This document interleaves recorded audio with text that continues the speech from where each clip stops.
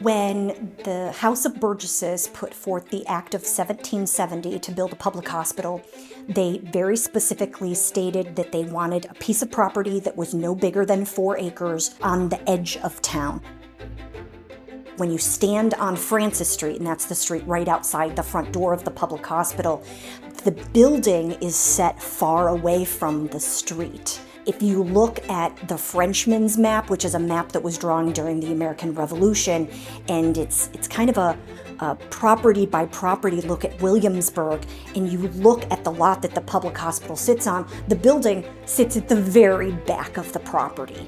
So you have this very long walkway that takes you from Francis Street to the public hospital. And you can't help but infer from that those people making the decisions about the building of the property wanted to make it very clear that this was not a place for everybody to come and visit. We have these stories that survive from Bedlam or Bethlehem Hospital in London, where in the 18th century you could go and you could pay money to go in and watch the patients. That is not happening with patients here in Williamsburg.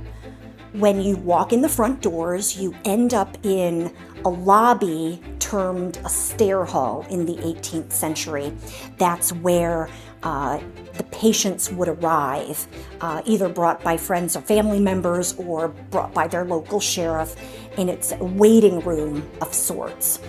Across the hall from that entry lobby was an apartment for the keeper, and the keeper was the man hired to oversee the operations of the public hospital. Once that patient arrived, they would be taken to the second floor of the building, which was laid out the same as the first floor. There's a stair hall and a large room, but the large room on the second floor was for the directors of the hospital, men appointed by the House of Burgesses to oversee the administration of the building. And it was in that room that the patient was questioned, and it was determined whether or not they should be admitted or not.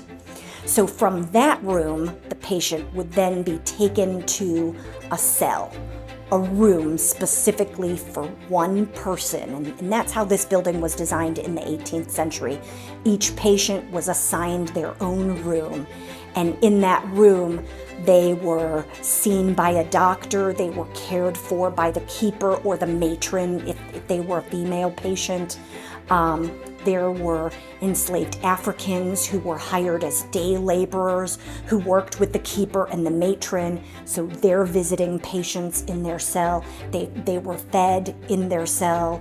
Treatments took place in their cell. On the lower level of the building, or the basement level, there was a laundry, a kitchen, and a storage room. So think about that. There are 24 cells, a room for the board of directors, a keeper's apartment, a laundry, storage room. What's missing from this building? There's no doctor's office. There's no cafeteria. There's no recreation room. There's no dispensary. There's no nurse's station. There's laundry facilities, but those are located far away from the patients.